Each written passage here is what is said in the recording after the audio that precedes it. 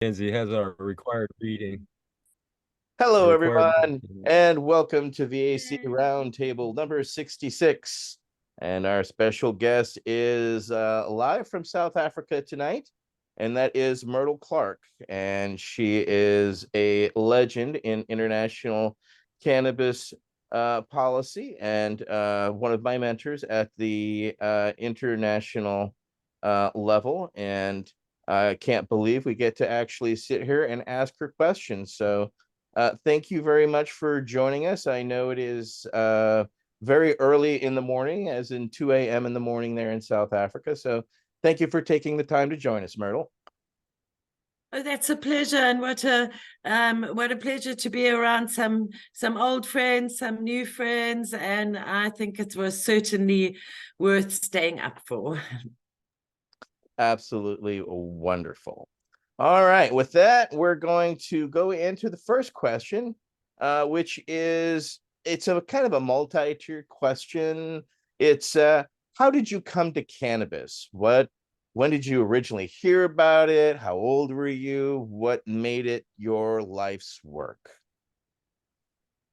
I think I smoked my first cannabis when I was about 19.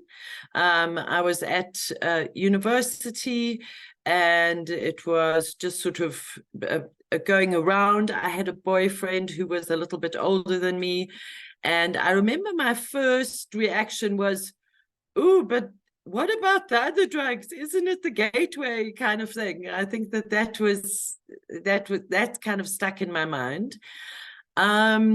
This particular boyfriend was a little bit of a lazy sucker, and never seemed to quite get it together to get a job. And so after a while, a couple of years, I decided that no, it must be the weed that's making him so lazy. But the relationship didn't work out, and I ended up kicking him out. And you know what? It was such a miracle. He got a job 2 weeks later. So it was obviously not the weed. But I was very in love with this man, and I was very upset. And then a friend of mine said, "You know what? Why don't you try smoking some weed? It'll make you feel better." And it did. And it didn't lead to any disasters in my life. So that was my first kind of, I was never a really dedicated weed user until I was maybe in my late 20s. Yeah. And then in 2010, as legend would have it, myself and my late partner Jules were arrested here in our home.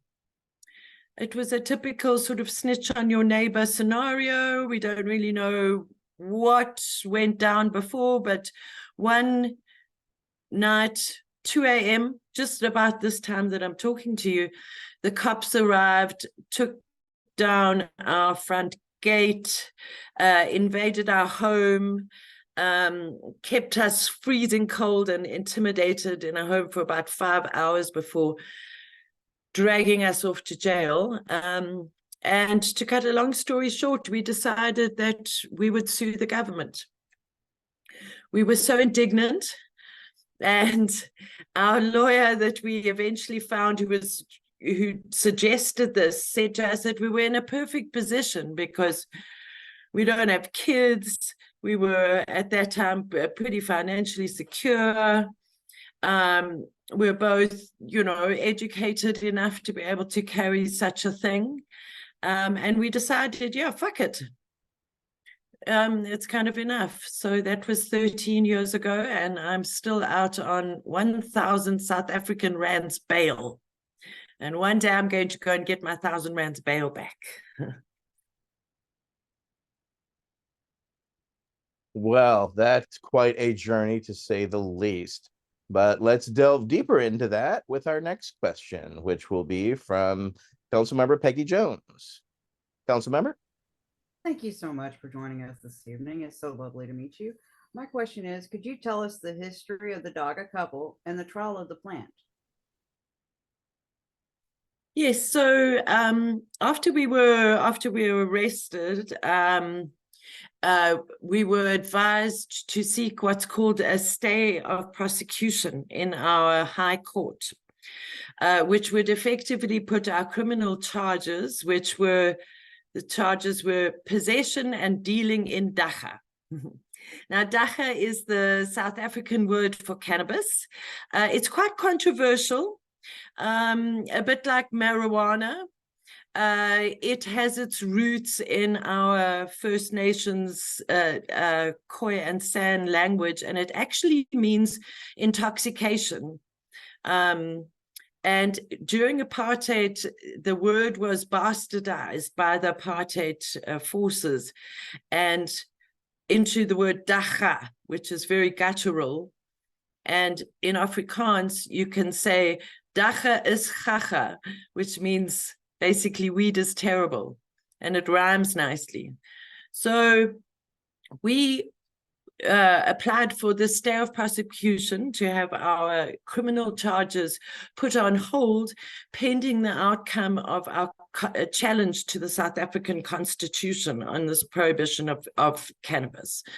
And at the time, Jules and I worked in film and TV, and we were busy running one of the Big Brother Africa houses.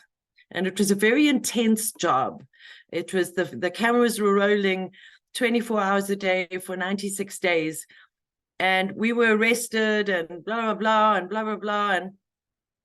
And then our lawyer actually sent somebody to the court to go and hand in the papers. And we'd forgotten that our day in court was actually happening. And then the next thing, we were at the studios where we were working, and the media arrived. And my producer said, the media are at the gate, they want to speak to you. And I'm like, okay. And they said, oh, well, congratulations, you got your stay of prosecution. So this was the first that we'd heard. And then a friend of mine phoned me and said, oh, he'd seen a newspaper headline on the lamppost, you know, when they put the headlines up, and it said, couple fight for dacha. And from that poster, we were just called the dacha couple. So that's sort of the history of why we were called the dacha couple. And so our stay of prosecution was granted. And then there was a very big, long, convoluted process to gather our expert witnesses.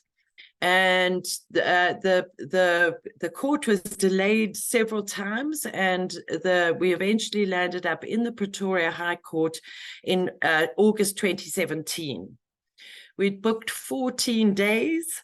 We got Professor Nutt from the UK. We got Donald Abrams over from California. Ethan Nadelman was in town. We had our local expert witnesses, Tony Budden, who you might know, who was doing the industrial side of things, criminologists and everything. It cost us millions. And then the government spent the first 3 days fighting with us because about live streaming the proceedings over on our website. So they delayed the proceedings by 3 days. Donald Abrams sat around and waited. David Nutt sat around and waited. Eventually, Donald went home without testifying. David Nutt, they kept him on the stand for 42 hours. Just day after day, they just kept on just pounding him. And so they drew it out. And at the end of it, we ran out of court days, and the case was part heard. And then in the Western Cape, I live in the north of the country in the Gauteng province, and in the Western Cape, where Cape Town is, there was another case that was running concurrently with ours, and they overtook us. And they got a ruling in the High Court for what we call the privacy ruling. And because it was a constitutional challenge, it had to go to the Constitutional Court. So at that stage, Julian and myself and our NGO Fields of Green for All intervened in the Constitutional Court, which is obviously the highest court in the land. So we became co-plaintiffs with their case. What's ironic is that they in the beginning, they took our papers to get their stay of prosecution because they got arrested after us, but because of the delays, they overtook us. And they chose to go to court with no legal representation, so they represented themselves. And they also chose to not go by way of expert witness. They decided to go by way of application, which is, on paper only. So their evidence was a bit thin. And so the judge, who was about to retire, and he was an ex-alcoholic who had managed to stop the booze using cannabis. So he really, really wanted to have a positive judgment. So he called in a university, the criminology department, and they cooked up this privacy ruling, because that was basically all that they could get out of what they had. So off we went to the Constitutional Court, and that privacy ruling was handed down on the 18th of September, 2018, which means that the use and cultivation of cannabis for your personal use within private spaces is no longer illegal in South Africa. But they made it very, very clear in the judgment that the trade in cannabis still represents a large problem in our society. So the trade in cannabis will remain illegal. So you can now grow it, possess it. There's no limits. As long as it's in a private space, not a home, because not everybody's got a home. And we've got lots of communal land in South Africa. So, but if you live in a high-rise building with no balcony, we're not quite sure where you're meant to get it. So that is where we are at the moment.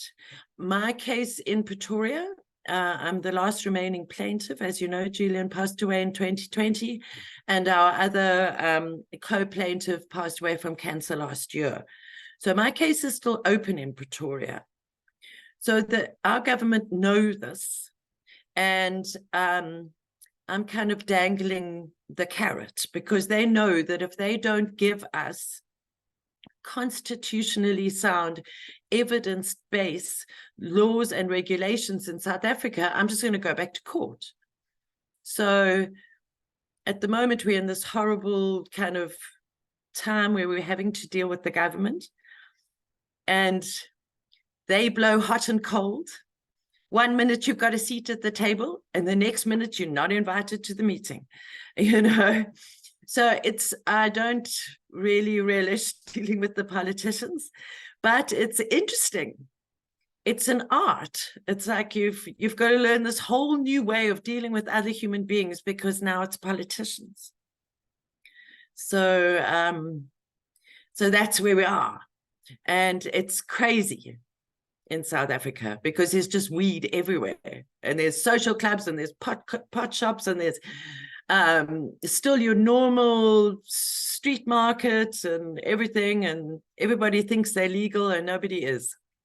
So well, keeping going on this discussion, we have two follow-ups. First off is from our friend Kenzie, who's from Barcelona, has joined us tonight. So Kenzie, go ahead with your follow-up, and then we'll go to Michael.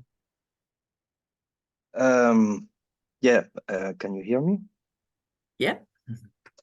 Yeah, so just follow up really question. How did you and Jules manage to turn this movement and this trial into a broader movement and an NGO, the Field of Green for All, that is now the main cannabis NGO in South Africa, and that is driving a movement not only for cannabis reform, but also social justice and environmental concerns, and the protection of land race, etc. I think there is a follow-up history that is also interesting. Yeah, so thanks, Kenzie. So nice to see you. So right in the beginning, our first advocate was primarily a human rights advocate. And he said to us that in order to create any sort of credibility, that we would need to make a big social activism movement, and that the best way to do that would be to register a nonprofit company, because otherwise it would just be Jules and Myrtle, you know, Joe Schmo. Who are we? Because I think we never got the seriousness of it in the beginning, and how difficult that credibility would be to get. It still is, you know, it still is. So that's what we did. So we wanted to register an NGO for an illegal plant.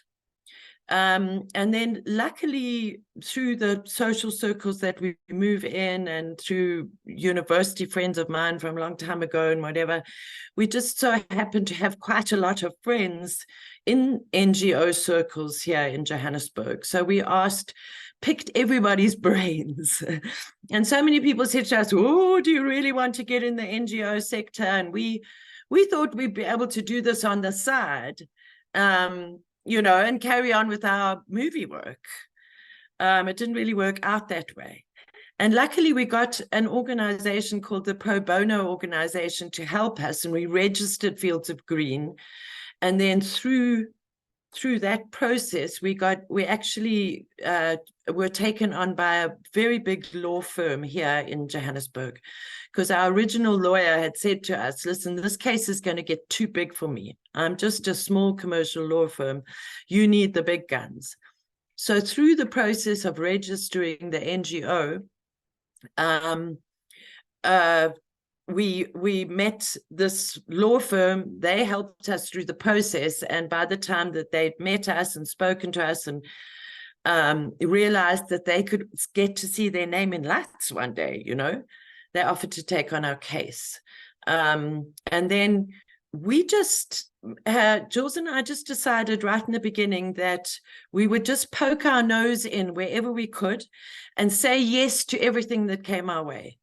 And we didn't have any money, so we just did lots of trawling around the internet and asking people, and we just went from place to place, asking people for money and advice and whatnot. And then through that, we met Scott Bernstein, who some of you might know, who's now living up in Canada.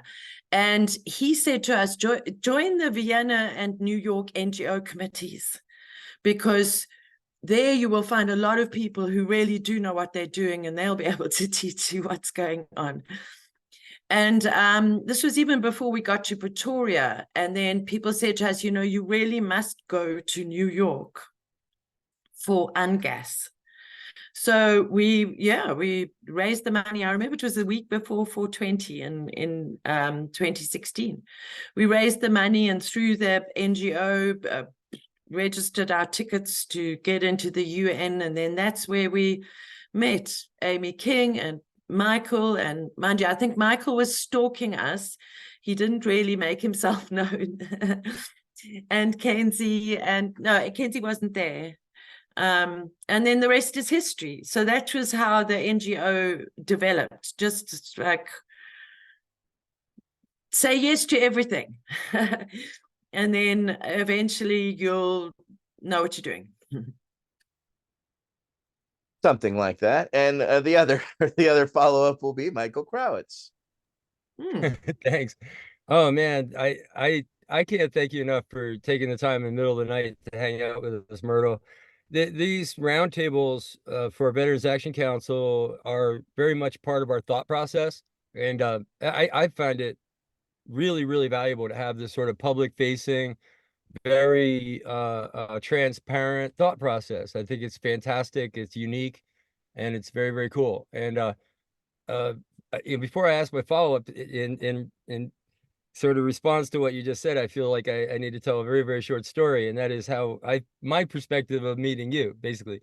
But before I say that, let me just tell everybody, like, the meetings that we're talking about, our federal law is underpinned in the United States by international drug control treaties. In fact, the 1971 Controlled Substances Act was passed in large part to implement the drug control treaty that we had signed a decade earlier in 1961. And that drug control treaty is very much, part of our world. but it's hidden. It's hidden like one layer or 1 degree of separation away from most of what we do as activists, but yet it's still pulling strings in our world. Jim Gierach said that the UN drug control program was like the Mount Vesuvius from which all the drug bullshit of the world flows. And I love that. So, but I actually came in. Now you got to understand the treaty was signed in 61, then another one in 71, and then another one in 88. In 1998, that's when I came in as an activist. That was my first big drug summit. Those drug summits are every 10 years. That's like the second hand on the drug control program at the world level is well, let me back up on that. I'll say the years tick by, that's the second hand, the years at the Commission on Narcotic Drugs. And then every 10 years is a minute, a 10-year minute in the drug control program. And that's you know, what happens in New York. All the other drug control meetings are in Vienna, Austria, and that's where we're going to be heading in March. But New York, 1998 was a major drug summit. 80 world leaders were there, and they were there to recommit to the war on drugs. So drug-free world, we can do it was the anthem. And by 2016, there was a significant fracture between New York and Vienna on drug policy, between a lot of countries and a lot of other countries on drug policy. And the drug summit in 2016 was a negotiation in and of itself from a bunch of Latin American countries that didn't want to let it be further out to like 2018, which would have been the usual 10 years. They felt it was so pressing and everything was so urgent that they wanted to push it forward. And we wound up with 2016. And that drug summit was where, for example, Jamaica made its stand and made impassioned statements from the floor about cannabis and legalization of cannabis, which was so inspired. And we cheered from the balcony. If we had cheered or booed from the balcony the way they did in 2016 back in 1998, I think we would have been taken out in handcuffs. And I'm not kidding. So, but anyway, yeah, there I see these folks from South Africa doing a video, and I'm like, whoa, that's really interesting. Video on cannabis. So you know, anytime I was going by, I took notice of what y'all were doing. I didn't really stalk you, but I was everywhere as I usually am in those meetings, watching everything and have like 19 different irons in the fire. You were on my turf, you know, so that's how if you want to get to know me and you know, try to figure out how to get on the little tiny team that represents the world on cannabis policy, a good start is to get your way into one of those meetings at the UN. That's definitely a good way to do it. So much love. Hey, so anyway, the follow-up question is just I've been thinking about this a lot, and you know, Kenzie has a book there that basically undermines a lot of what I thought of the prehistory of the word marijuana. Marijuana and DACA seem like they're very different from my perspective in a social context for a couple of reasons. And I just love you to talk about that a little bit. In the United States, you know, we have a very solid memory back to the beginning of our prohibition, and marijuana was used as a pejorative. It was used as a way, especially marijuana with an H, was used as a way to sort of avoid the doctors and everybody who knew cannabis. They didn't know from marijuana. As I understand it, the very first doctors that saw the very first outrageous, you know, statements by Harry Anslinger and others on marijuana in the Congress, they thought they were talking about gypsum weed. They didn't even think they were talking about cannabis. But anyway, if you go back before the United States, though, you know, implemented our war on marijuana and our very first marijuana laws, the word marijuana is in you know, social use and social context. It was lifted, I believe, by William Randolph Hearst right from La Cucaracha, right from the folk song. And I've got like an 1880s song sheet of that, you know, with marijuana, looking for marijuana to light up in the song sheet. But I'd love it if Kenzie feels like weighing in on this from the marijuana side. Evidently, my understanding of the word marijuana was completely off as far as its own history, dating back, crossing over from Latin America over to Africa. And then DACA, you know, the word was a pejorative, but by who? You know, was it used as an oppressive word? Was it used to, you know, like the word marijuana was as sort of a weapon? I don't know. If you understand at all what I'm saying, weigh in at your will.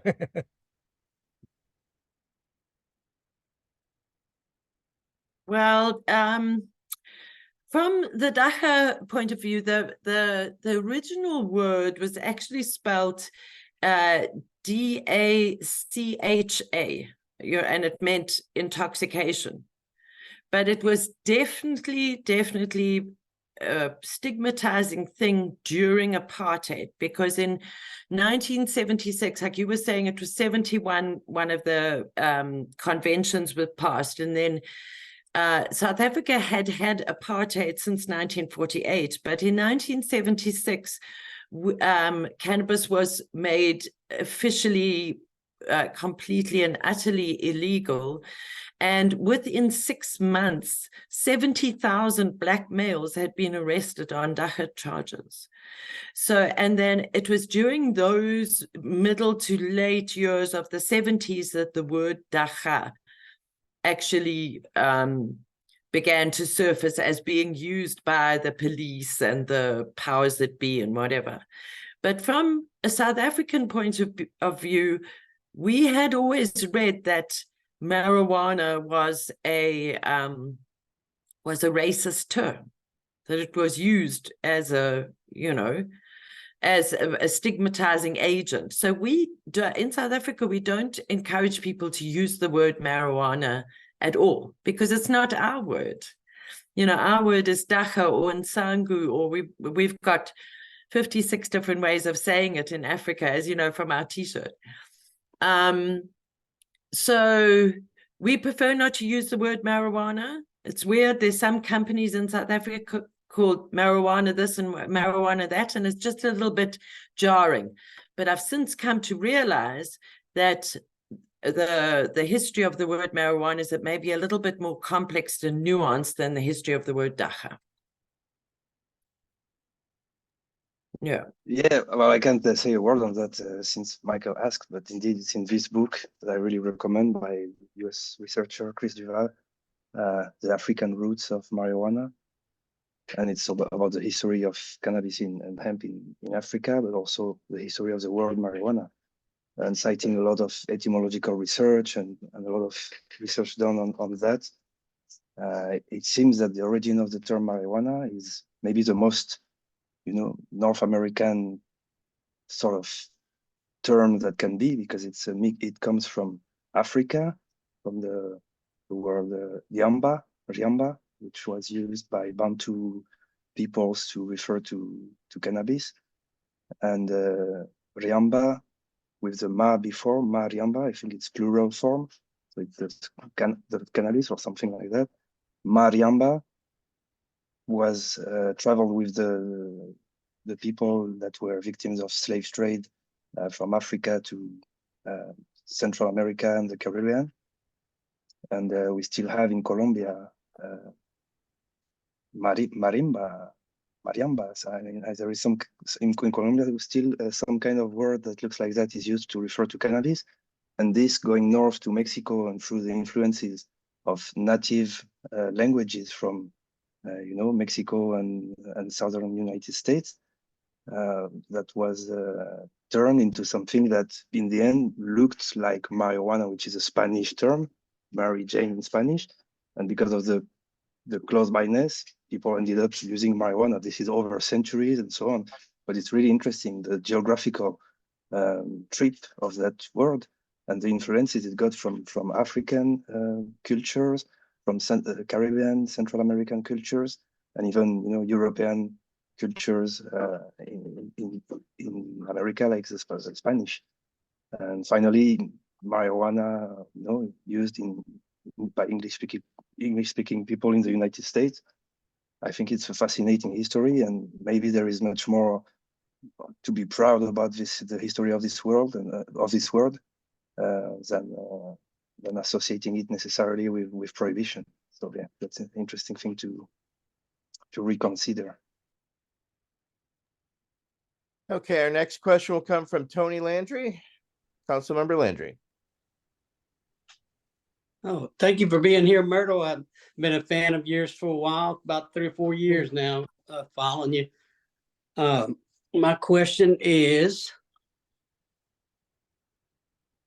what has been the most challenging opposition to legalization in South Africa versus the United Nations, UN?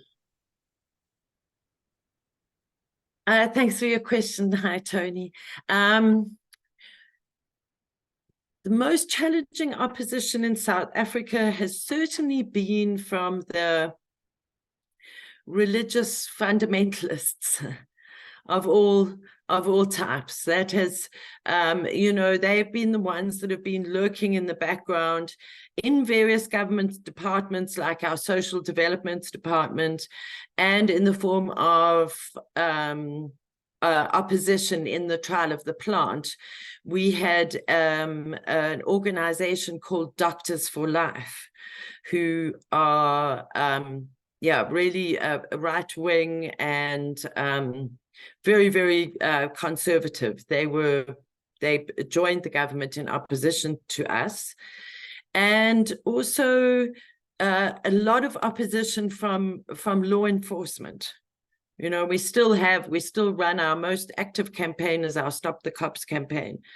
So it's come all from a seat of ignorance and moral judgment and dogma and all of that, very close to home. Whereas when we became involved at the UN and started to learn how all that mechanism works and everything, it really taught me how to look at the bigger picture and to put everything into perspective, because now all of a sudden our opposition were people like Russia or Turkey or Iran, but also having the same dogma driving their opposition. So it was really good to get the big picture opposition plus the at-home opposition to us. That came home certainly after our first our visit to New York in 2016. I think that the opposition is becoming very crafty now. It's not as obvious as it used to be in the early days of, dacha is chacha and whatever. But as we've had these court victories, and as we've got a new bill, which hopefully it's going to be passed before April, this privacy thing, and we're making inroads. That same opposition is still there. It's really insidious, and you can almost forget about it if things are doing well, but they're still there, and we still have to be really, really on our guard, because we're going on the transition from having a bill passed to having regulations drafted. And the bill can just sit there, and then suddenly the regulations will hit us with all sorts of things that we don't want, that we've been fighting about. So one thing that I've learned over the last 13 years is don't let your guard down, because the moral judgments and the religious fundamentalists and those people, they're there waiting to check that you're awake all the time.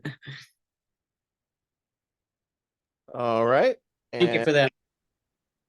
Next up will be Michael Krawitz. Thanks, Etienne.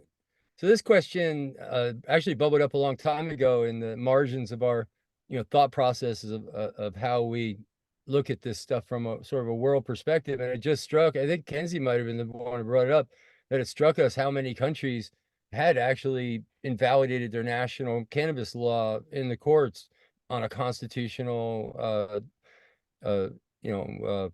challenge. That I wasn't really involved as much in yours, but I was pretty deeply involved in Canada's, and that was very interesting in itself.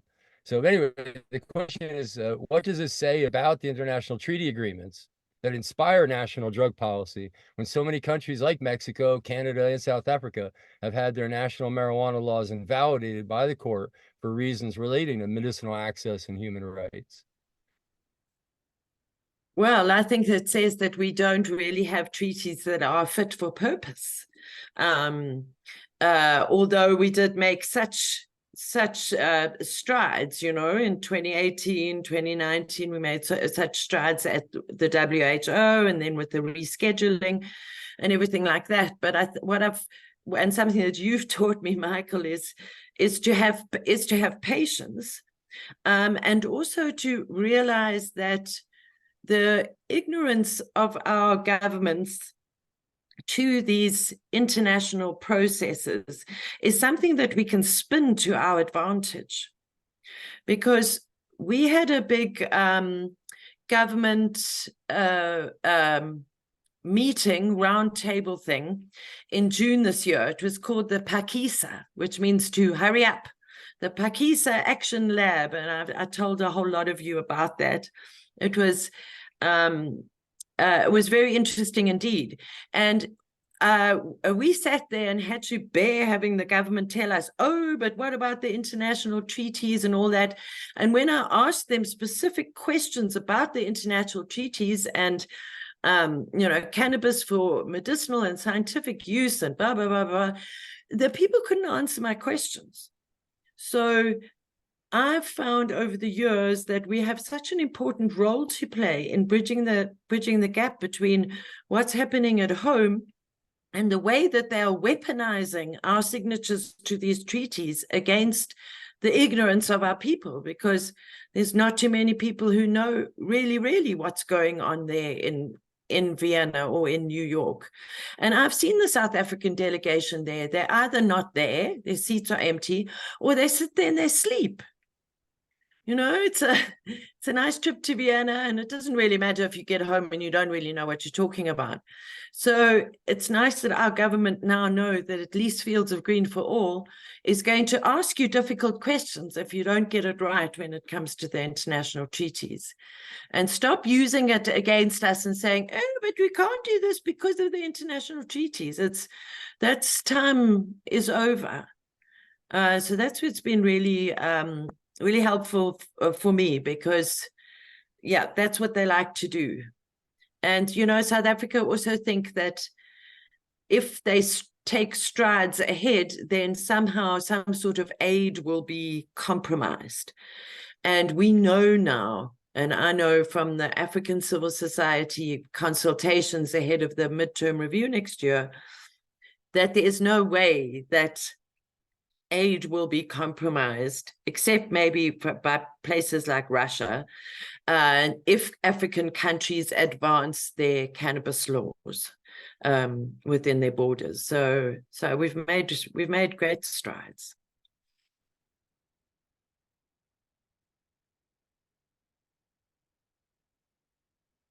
And we appreciate the strides you've taken, and especially at the international stage. So next up is from our council member who you met in Vienna last year, Council Member Nate Landau. Yay, Nate. Hey, Myrtle. Hey, it was such a pleasure meeting a legend like you in Vienna. You were so welcoming, and you have such a great personality on camera, but even more so in person. And one of my friends just moved to Barcelona. I went to a social club, and he said they have like a drawing of you on the wall. So yeah, we went to La Crema Grazia in Barcelona. Yeah, and that's just a testament what a legend you are and how much you've contributed to our whole movement. So just thank you so much for that. My question is, what do you see based on the trial of the plant? How do you see the path finally out of colonialism of our land, race cannabis? Thank you. Oh, that's a great question, Nate, and a subject very close to my heart: the colonial capture of our cannabis. The way that they've sort of done it, they haven't got it right here in South Africa, is through the medical cannabis programs. So allowing cultivation, trade, export for the chosen few who've got the money to set up all the facilities and that's what we've seen happen over the last few years since our Medicines Act was changed in 2020. So luckily here in South Africa, we have 700 years worth of use and trade and cultivation of cannabis. So you have a large part of our rural population. We estimate about 900,000 cannabis farmers who have used cannabis as as a commodity for such a long time. Now, our government, being an African government through and through since our democracy started in 1994, has got a big responsibility to our rural poor people. So since the Medicines Act was changed and we have all of these big facilities growing their frankenweed under lights with electricity that we don't have, and so on and so on, there's been a grassroots uprising in South Africa. And that Pakisa Action Lab that I was telling you about in June was actually, the whole meeting was 5 days at a hotel, must have cost millions, and it was actually privately funded by a rich family who want to invest in rural agricultural development. They don't actually care about cannabis at all, but they just see cannabis as a way to promote rural agricultural development. And then in South Africa, one must realize that everybody who lives in the cities, so Johannesburg has 7 million people, that 90% of people who live in Johannesburg are from somewhere. So this time of the year, it's our summer holidays and everybody's stopped work, and most people go home. They go home to the rural areas because that's where the family homestead is. And so the people who are in the rural areas and people who are in the urban areas are the same people. And the voter base is very important in the rural areas in that regard. So if our government isn't seen to be taking care of the rural areas, that means that they're disrespecting our grandmothers and our grandfathers and our ancestors and our ancestral land, and it becomes a very big cultural thing. And so if you speak about the path forward and our landrace genetics and our rural cannabis farmers, the future is looking very bright. It really is, because so much attention has been given to this issue by our government, because it really looks good. It really does look good. So if you're seen to be looking after the rural poor, then good. On the ground, maybe it's not looking so good. I think the farmers are really, really struggling to sell their crops. They're feeling somewhat intimidated. These are the farmers who live in the really remote areas. They're feeling very intimidated by this whole cannabis revolution that is going on. They're feeling left behind. And there's lots and lots of work to do.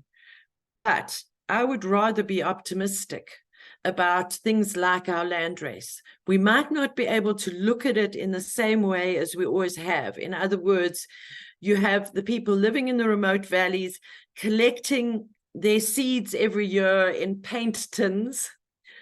So like a 5-liter paint tin is where they keep the seeds usually. And the cannabis being dried under plastic tarpaulins against the hill or in the homesteads with fires inside the room and all of that. And there's going to have to be a lot of modification about the land, the way that the landrace is perceived. And we're going to have to upgrade the conditions for the people. They need a bridge, they need a pump for water, they need things like that, more than they need to be told how to grow cannabis.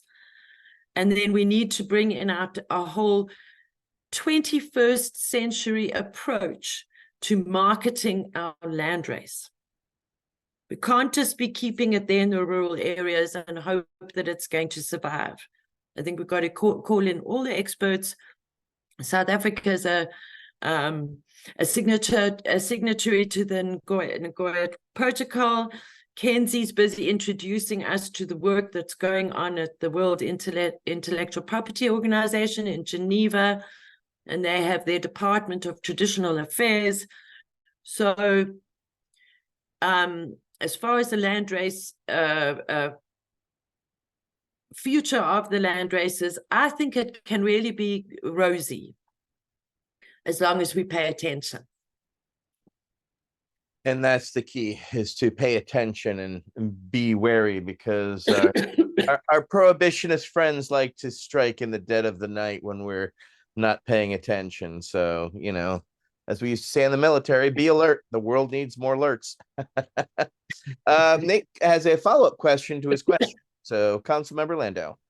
Sorry, you just inspired me when you said something. So I was reading an article about 2 months ago.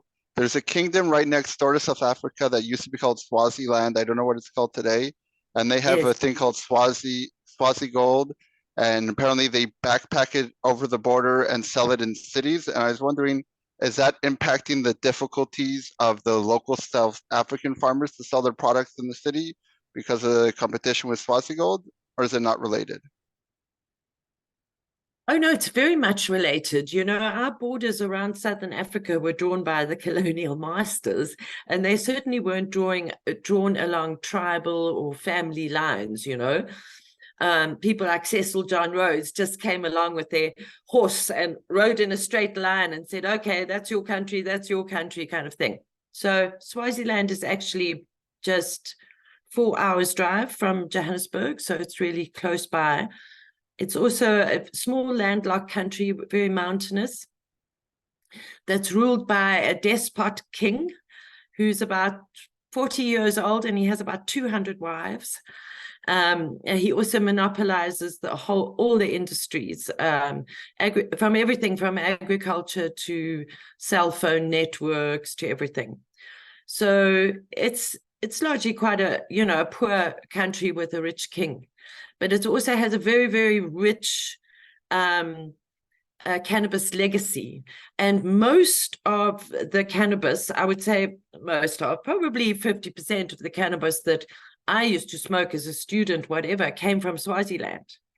So that's the story of the backpacks coming over the mountains, because, we've got very porous borders.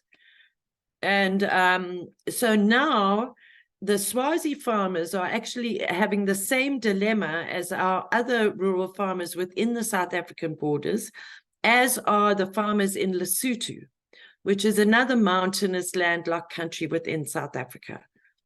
So the same thing used to happen in Lesotho, is the Basotho people would, on their ponies, would come over the mountains into South Africa with their cannabis and their land race. There's many different land races all over the country. So the Swazi farmers are crying, because since we've opened up for personal use in private spaces, and plus loads more people are, a lot of trade is being ignored by the police, not all. I do feel for the Swazi farmers, because at least here in South Africa, we've got Dutch NGOs writing papers about the South African rural farmers. And I don't think anybody is paying too much attention to Swaziland. So it is a bit sad. I think they're struggling. Yeah.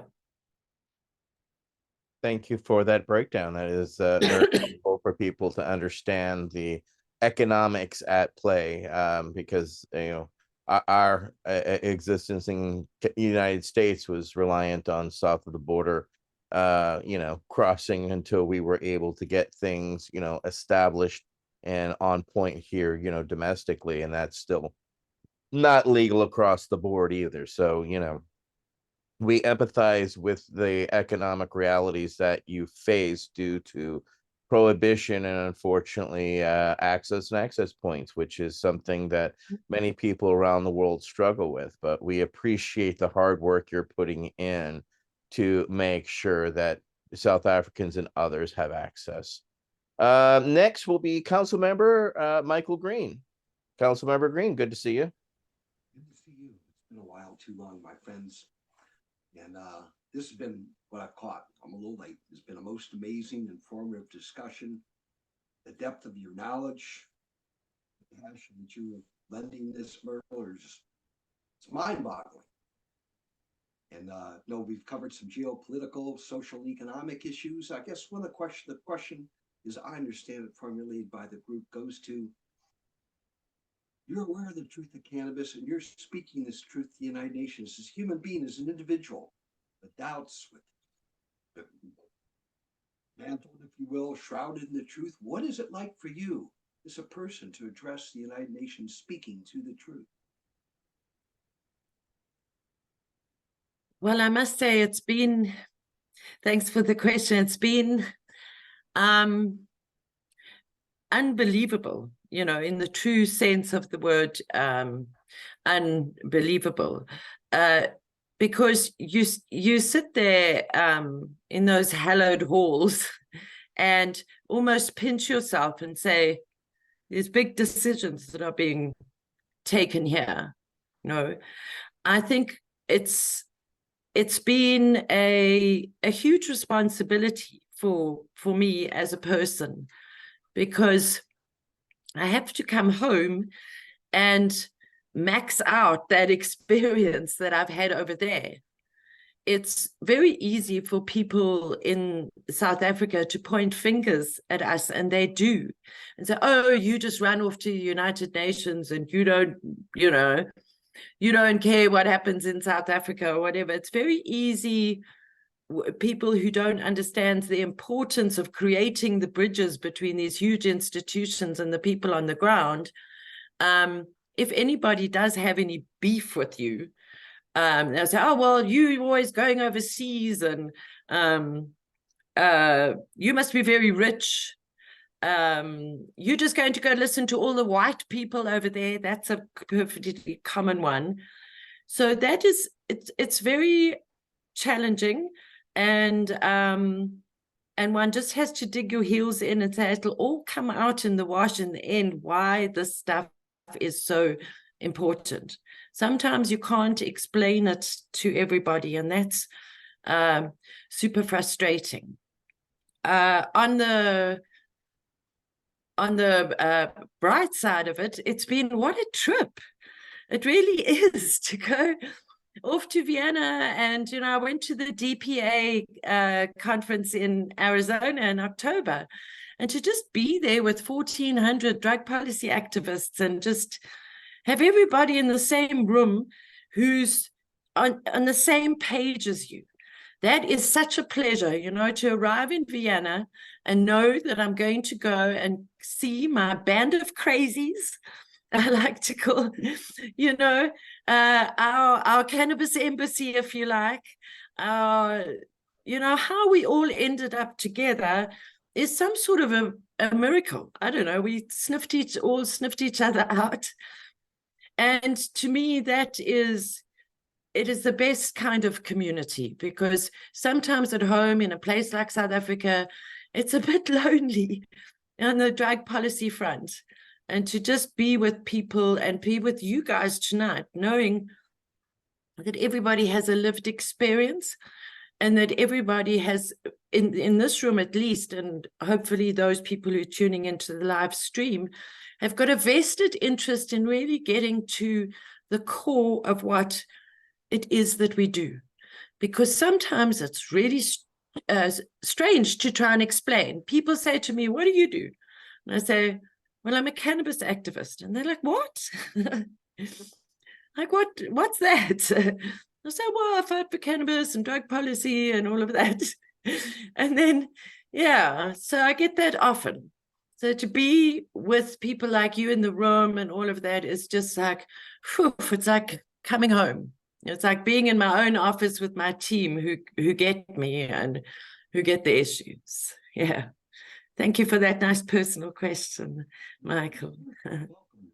Thank you for sharing that, because collectively we are connected with the truth about cannabis. Yeah. It fulfills many of us in so many ways. And to see your courage, your stamina, your perseverance, the depth of knowledge you've accumulated and what you've brought into our room tonight to share with us, most amazing. So I just, from the bottom of my heart, I want to thank you for all your hard work and perseverance. And hopefully we all can continue a good fight and expand our community, bring a little love and truth into the world. Thank you so very much. Thank you. Yeah, it's not easy to have activism foisted upon you like it has, you know. Yeah. It's either something you rise to the occasion for, or people run the fuck away. I mean, because it's not easy work, it's hard work, and that's also why when we all get together, it is like a family, because we know the risks, we know what we do, we know how it affects our personal lives and those around us, and to be with like-mindedness. I can't wait to finally hug you in March in Vienna. So I'm so excited you're coming to Vienna, Etienne. looking forward to it. Next up will be, of course, we're a veterans organization, so you know, one of the things that we would be remiss without us having a question regarding veterans. So next up will be Council Member Al Byrne with this question.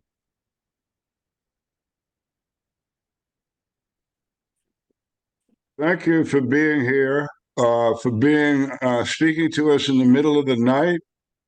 Awesome. I would be babbling and useless. So thank you. Yeah, we're vets, most of us here. And so we're interested in our brothers and sisters. And that includes, of course, the military of South Africa. So we were wondering if the military of your country has a official position on cannabis use by either active or retired or both. And then it's sort of a, you know, same kind of thing. Is it allowed by military members to use cannabis as a medicine? Okay, so as militarily, South Africa and cannabis have this huge long history, and there's many stories in the history book, whether they're facts or stories, nobody's quite sure, of the warriors of days gone by using cannabis. Then, of course, our history books were very much rewritten during apartheid. And we had a conscription for all our white men during apartheid. And so all the people who were my age or of my generation and older had 2 years of military service, that they had compulsory military service that they had to do, fighting on behalf of the apartheid government, very often for principles that they certainly didn't believe in. So that was kind of coincided with the time that cannabis came into my life. And you know, with the year I left school, all the boys in my class at school were all going off to the army after school, you know, and it was incredibly stressful. There were wars being fought up in Angola on the border, and these men were, you know, sent into active combat for many years. And there were always stories of cannabis in the army, and how even today I meet men who are my age and who say, oh, no, they don't use cannabis. Oh, but we used to always smoke it in the army, always. But then with the end of apartheid, we got a whole brand new army. Obviously, the conscripts had done their thing, and the whole army, the whole hierarchy of the army, and everything was changed. And since the end of apartheid, we haven't really had any active combat, except for going to places like the Democratic Republic of Congo on sort of peacekeeping missions and that type of thing. Our army is generally quite a bloated, ineffective, half broken down institution. And so it's very difficult to trace to your guys' history. Your veterans' history is much more cut and dry than ours is. But I could definitely say with authority that no, our Military Veterans Association, which is called Mkhonto we Sizwe, and the MK Veterans. That's our major big veterans association in South Africa. And those are not army veterans. Those are veterans who were fighting against apartheid as using guerrilla warfare. You know, they were not a recognized army. So our veterans and our army veterans from organized militaries are different things. So it's complicated. But there's no policy for the MK Veterans Association on cannabis. We have asked, but we don't get much of a reply, which is quite sad, really, because we do know that the anti-apartheid forces used to grow cannabis up in the north of the country and export it to America for making Marinol, in order to make money for their weapons and whatnot when they were fighting apartheid in the early days of Marinol and when it was first. And as far as medical cannabis, no, we don't have any registered cannabis medicines in South Africa because they just haven't got it together yet. You can get prescription cannabis, but it's all imported. So you can get prescription cannabis, it's very expensive, and it's most likely to be Canadian cannabis.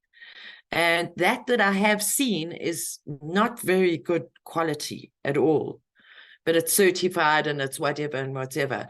And that is one of our big fights here. And that is why we want to do a side event in Vienna in March called Cannabis Access, Cannabis in Primary Care. Because we most certainly have hundreds of thousands of veterans of various kinds that are suffering from various traumas, both physical and psychological. But there's no cannabis medicine that is available to those people, except the cannabis that they find and they grow their own, or they buy from wherever that they get, and self-medication. So that's the situation. Thank you very much. Very much. Interesting. Somebody has a question. What's the going price of an ounce there in South Africa? Oh, you and your medieval weighing systems. We do it in grams. So an ounce is 28 grams, isn't it? Yes. Okay. So it can be anything from your common and garden landrace variety that's probably got quite a few seeds in it and whatnot, that you would buy on the street for 10 Rand a gram, which would be 50 US cents a gram. So if we times that sort of by 30, $1.50 an ounce, I suppose. Is my maths right? Yeah.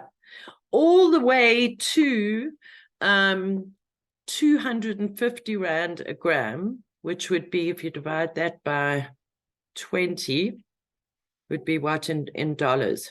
25, $12, $13 a gram. And then you go through the different quality. So from the street, which you would buy in a little matchbox or in a wrapped up in some newspaper or something, 10 Rand a gram. Through to your greenhouse grown under the beautiful African sun. And some of that is really, really good quality. And one could get about 100 Rand a gram for that, which is $20 a gram, all the way through to your indoor high-end lank, dank Frankenweed. Yeah. Frankenweed, I love that. Yeah. Well, so it's quite cheap for Americans coming to South Africa at the moment. Our rand is always tanking, and we are sitting at, I think it's 19.85 Rand to the dollar at the moment. Yeah. Well, thank you for that. It always gives us an understanding, because back in high times in the back, they used to have how much, or in there they would have how much cannabis would cost in certain areas. So it's always curious to know, economically what things are and what they cost. Yeah. Well, thank you very much, Myrtle, for joining us in the middle of the night. So we're done with our questions. I cannot thank you enough for taking the time to share your history and what you have done. And you are a hero to us. So thank you very much. Keep doing what you're doing. We cannot thank you enough.